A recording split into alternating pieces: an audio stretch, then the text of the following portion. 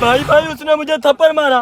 तूने बताया नहीं तू मेरा छोटा भाई है? बताया, उसने फिर एक और मारा। चल देखते हैं उसको।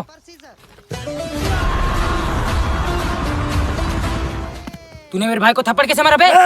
भाई ठंडा हो जा, मैं बात कर रहा हूँ ना। पता साले हाथ कैसे लगा मेरे भाई को? भाई ठंडा हो जा, मैं बात कर रहा हूँ। तूने थप्पड़ कैसे मारा मेरे भाई को? तू बात कर ले बात। बता तूने हाथ कैसे लगाया मेरे भाई को?